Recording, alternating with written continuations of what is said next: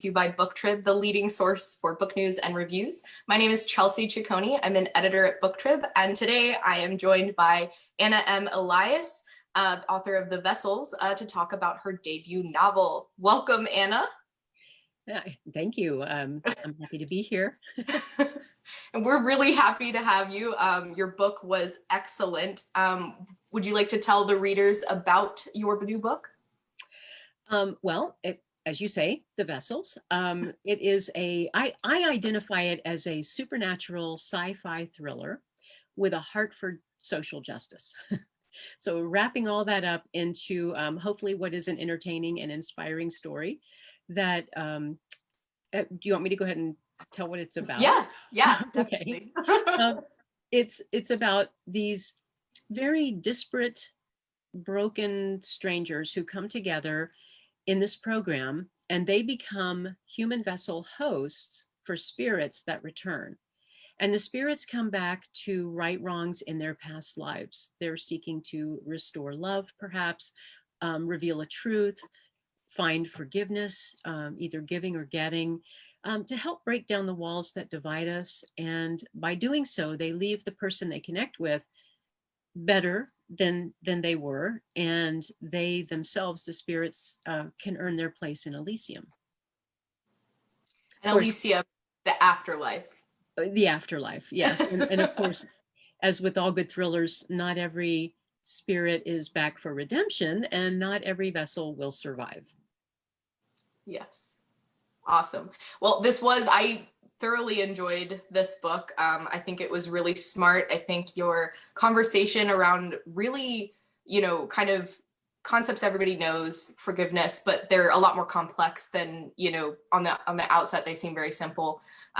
But I think you've done a really great job of challenging your readers' perspectives on these subjects. And the book was just a lot of fun. And can you tell me a little bit about your inspiration for this project? Well, ironically, it was sort of a surprise. I worked in movies, on movies for many years, and I fell in love with storytelling, but in script form. So I have written spec scripts, paid assignments, things like that.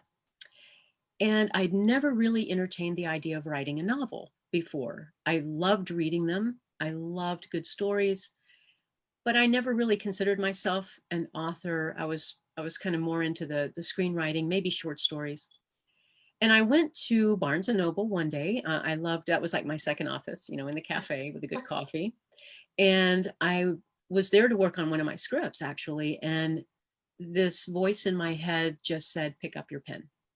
And so I picked up my pen and I opened my notebook, and out came this really amazing story. And it was little snippets that maybe I had seen or imagined that had been percolating, but it came out in its sort of fleshed out form, not fully fleshed out, but I knew what was going to happen. I knew this world of spirits and vessels. I knew it would deal with sort of the supernatural spin on real human issues and things that we may not want to face in real life, but we could do so in story form. So that is sort of, I guess, the inspiration. And I've always been very, very passionate about social justice. It's just, one of the things that makes me tick. And I would say this is probably kind of my heart on the page that way. I love fairness and equality, and kind of everybody to get along, break down the walls. And so this sort of allows us maybe to see what that could potentially look like. Yeah, and what I liked about, or one aspect I should say, that I really enjoyed about your book was the very diverse characters that you have put on the page. Whether they're a spirit, a vessel, they come from very different backgrounds. Obviously, the spirits maybe not even from the same generation that the vessel is, and I just think that they, as you've said in your short description, that they teach each other something. So the spirit is healing and they're righting a wrong, but at the same time, they are teaching the vessel, the human, something really valuable about themselves, which I think is really, really beautiful. And if you don't mind, I'd like to read for everyone just a small excerpt from the book. This is from the moment the character Tal, who is one of the vessels, is receiving her blessing from Chief Black and Captain Hugh. And I think that this really highlights that the connection that the vessels and the spirits have. And it also just highlights your beautiful writing, but okay. So every pain, heartache, and moment of suffering she had ever known exploded into a million tiny fractals and sucked back together again into a new being, a new and better her that was grounded in love, hope, and joy. The Creator had woven her into some spiritual tapestry that bound her to all life on earth, a pure, unselfish, unconditional love that was both all-powerful and drop to your knees humbling. And I think I had to stop this whole scene. I had to stop and sit with it when I read it, because I think what you've done is, the vessels have like sort of a creed or a mantra, the serve others before yourself. Mm-hmm. And up until this moment, the characters have each sort of struggled with the idea of being a vessel. They've also struggled with, their past and the trauma and pain that they have faced. And here it was like it was like breathing new life into Tal and the other characters. But to have this moment where she really feels the connection and just the power in that is so wonderful. And then it really sets up, the remainder of the story and everything else that's going to happen. But just wow, that's all I have to say is wow, it was beautiful. Well, thank you. And thanks for sharing that. That was a wow moment for me.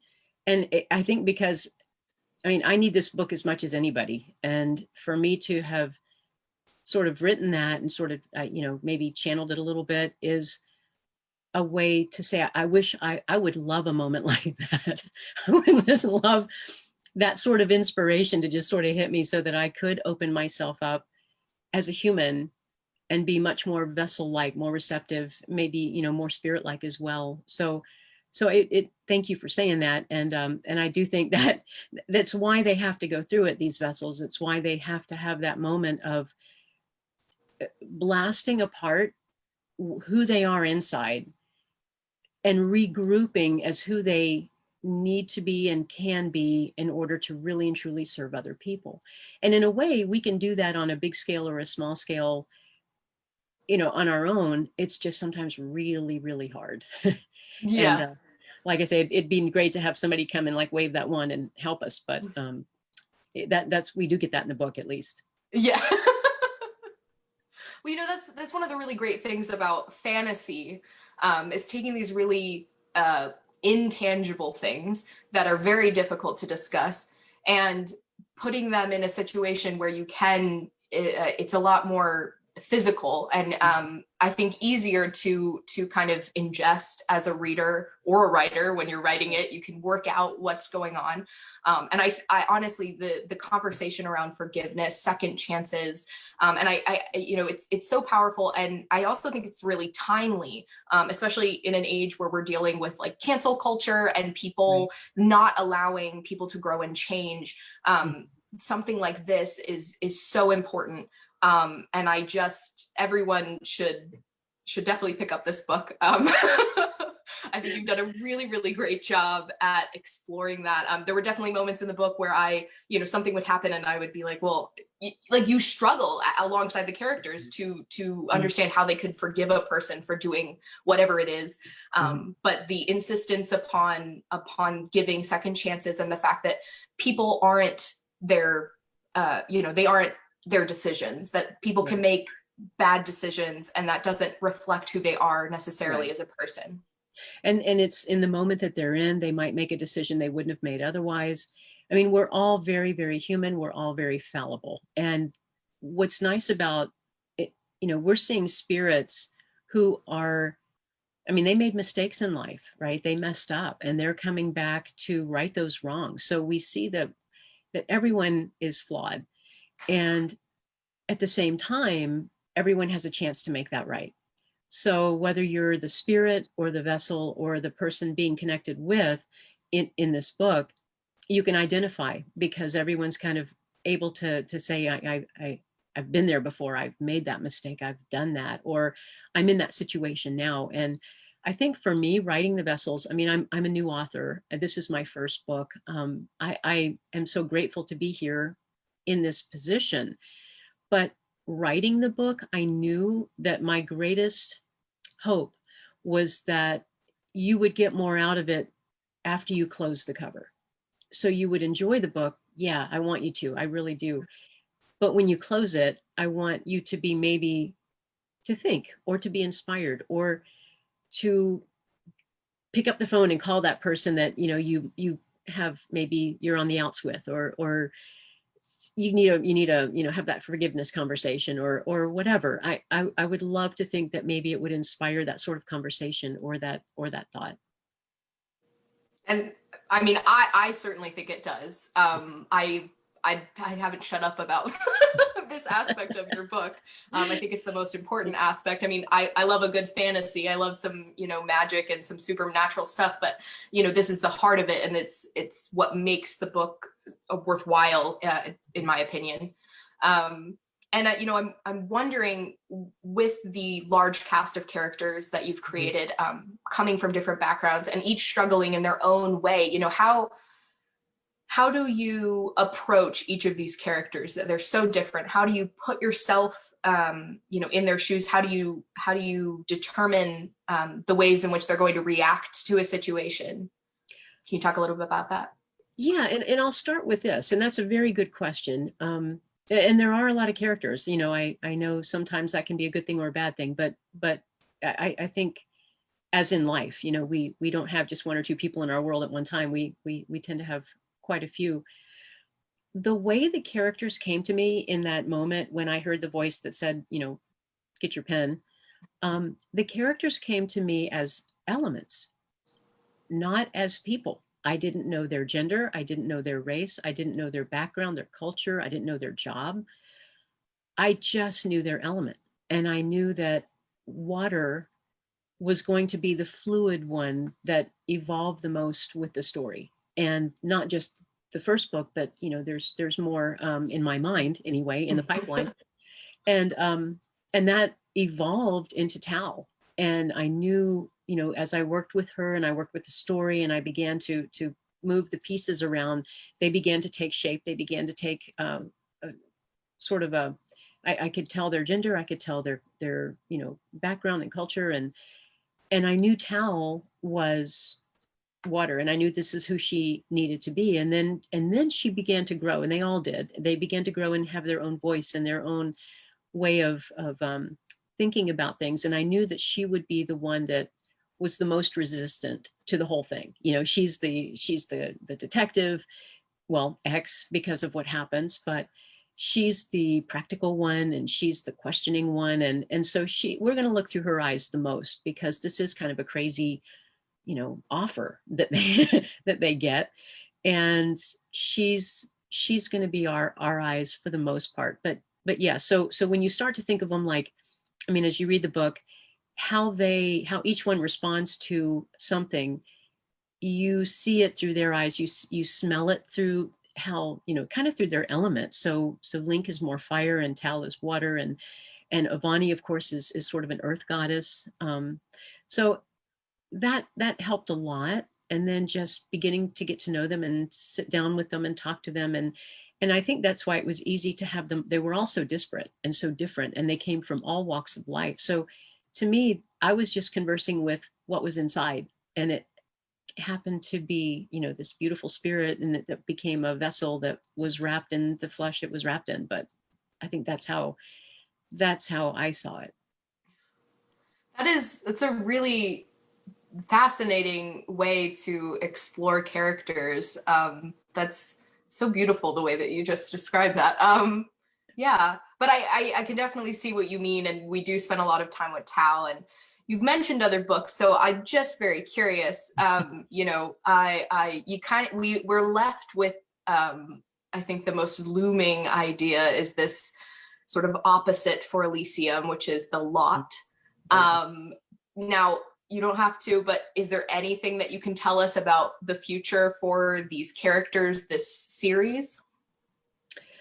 I will say that most of the people that we've come to know stay with us, and they stay with us in bigger and changing ways. So the dark side gets darker, and Tal, especially, I mean, all the vessels, right? There's a new vessel that enters the picture, but Tal is the one that is going to grow and change the most. But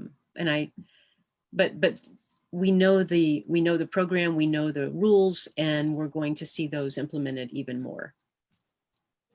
Well, I'm looking forward to seeing what else comes our way. I really enjoyed these characters, and I think you have a lot more to say. So I'm really looking forward to that. Now, I have heard mumblings that perhaps, you know, in your background in TV and film, there will be a TV series. Can you talk anything about that? There is a TV script, a pilot that I have written, and a series overview. And yes, it is being shopped at the moment. I'm not in charge of the shopping piece of things. I was in charge of the writing piece of things. So it's in good hands, and I'm just kind of, you know, fingers crossed, hoping it'll find a good home. Yeah. It's very strong. It's very visual. And as you can imagine, you know, we never lack for human frailties or problems. That's episodic easily.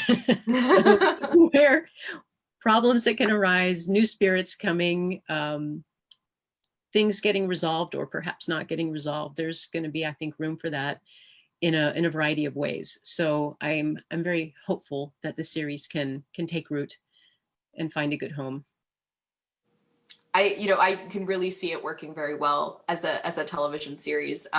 It's a very, you know, as we said, visual piece that you've written. And I am a little bit curious. You sort of talked about the, you know, being in the Barnes and Noble and intending to do something else, and this just sort of came to you. But how has your experience working in the TV film industry, did it have any influence over the way that you wrote or how you approached this project? Yeah, actually, another good question. Writing scripts is so very different. Scripts are more like blueprints, right? You're gonna like a stage play where you know the characters and you know the story and the plot and you know the settings and all that kind of thing, and you tell that story on the page as spartanly as possible, right? So it's just brief stage directions and a lot in dialogue, and you don't do a lot of description unless it's relevant to the story. But you're going to hand this off to the producer and the director especially, who's then going to turn it into a film. So you've got the blueprint, you're handing it off, and then others are going to actually build it. In novel writing, you are the director, you are the producer, you are the designer, you are the entire art department, you are everything. So a big learning curve for me was going from very, very Spartan, tight, mostly plot-driven writing and dialogue and character to fleshing out the space, the room, the smells, the textures, what they're wearing, you know, things that I normally wouldn't have to deal with as a scriptwriter. And that was a learning curve. I have to say that was my hardest learning curve. I'm sure there are editors in my world who would agree that was the sensory piece of it was my hardest, but it was also the most fun. So once I could kind of turn that piece on, yeah, it was a lot of fun to play director to all the scenes that happen. Yes. That's so interesting that the way you've described that. I don't know much about TV and film, especially for writing for TV and film. So the fact that it's a blueprint and now you're having to sort of flush it out as a novel is very, very different. So was it interesting to then write the kind of screenplay or for this project to pare it back down? Yeah, it was. But I think the hardest part for that was because the screenplay, the TV series, you can't tell the whole book in one episode. So the biggest questions of how far to get in the story before we stop to equal the pilot, and Sure. then how to roll out the rest of the book. What does that look like? Is that one season, 2 seasons? Is it half a season? How do we fill out what happens after the book ends and we keep going? And then if there is a book 2 and 3, how are they going to fit in? And that was hard. Yeah.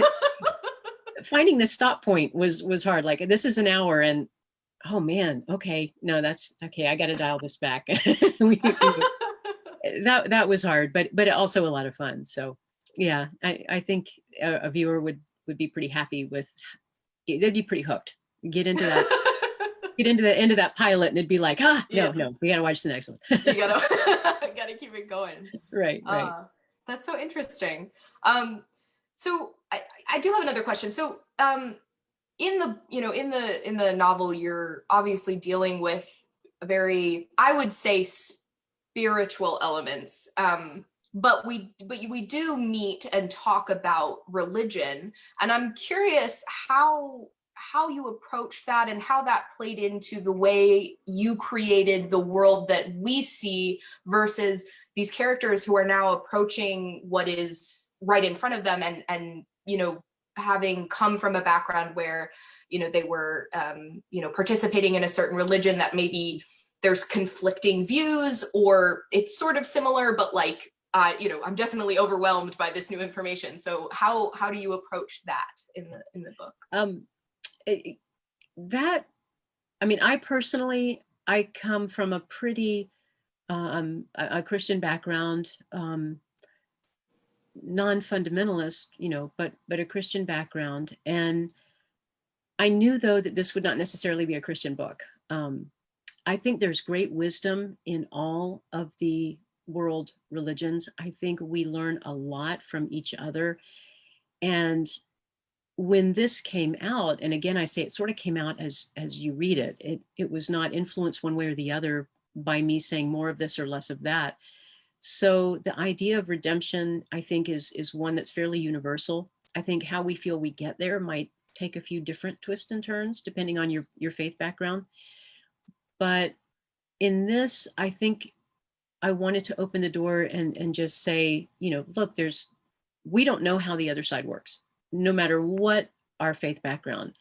We know how to hopefully live here if we get it right, but which we don't always, but we don't know what the other side looks like. So could it look like this? Well, maybe. Could it look a little different? Maybe. So I think I've just sort of incorporated wisdom that is maybe a little more broad spectrum, but all pointing to the same thing, which is how can we be better people? How can we find that redemption in ourselves, and what can we do to be our highest angels? And that to me was more of the umbrella question, rather than say a specific faith. Sure. Well, and I think you are really successful at presenting these ideas. I've definitely read other material where it was very clear what the stance was on the afterlife, and whether that be for the purposes of the story or perhaps it was influenced by the author's own background. It's still very clear, and I think what you've done is I think your book is very approachable and very. I think everyone, no matter what you believe or what background you're coming from, I think there is everything is very valuable. Your whole conversation around, not just the afterlife, but like you said, redemption, forgiveness. It's such a valuable set of ideas that you've presented. And I think it will really challenge people to, kind of consider what they've done and how they've looked at things in the past, and perhaps allow them to, be a little bit more compassionate and kind. And I think we could all use a little bit more of that in the world. I think a little more fairness, a little more equality. Yeah, I think we could. Well, like I say, that goes back to, I'm hoping that the best part of the book for people is when they close the back cover and they do have that thought of, what can I do? How can I be? Now, let me just fix this one little problem I've got in my life. I mean, if that's all that happens, then how great that would be. Well, it has been so much fun chatting with you. I've been looking forward to this. The book is really, really wonderful. Do you have any parting words for our audience? Anything you want them to know about the book or your work? I think we've probably hit on most of it. I definitely do want them to, read it for fun, enjoy the journey and the story, and keep that open mind and heart that maybe you'll see something that reflects a little of your own life that you might be able to make a little bit better from having read it. That's so lovely. Anna, thank you so much for joining me today. And this was a wonderful chat, and I hope you enjoyed it as much as I did. Absolutely. Thank you so much for having me. I appreciate that. The Vessels is out now, so anybody that is interested, I highly encourage you to check it out. It is really, really beautiful. Thank you so much.